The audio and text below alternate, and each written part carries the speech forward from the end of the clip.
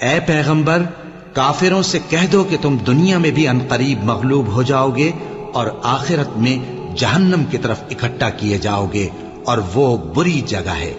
تمہارے لیے دو گروہوں میں جو جنگ بدر کے دن آپس میں بھڑ گئے قدرت الہی کی عظیم الشان نشانی تھی۔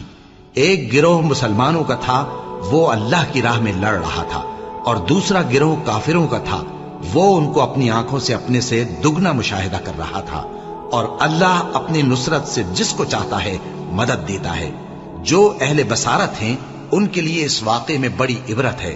لوگوں کو ان کی خواہشوں کی چیزیں یعنی عورتیں اور بیٹے اور سونے اور چاندی کے بڑے بڑے ڈھیر اور نشان لگے ہوئے گھوڑے اور مویشی اور کھیتی بڑی زینت دار معلوم ہوتی ہیں، مگر یہ سب دنیا ہی کی زندگی کے سامان ہیں، اور اللہ کے پاس بہت اچھا ٹھکانہ ہے۔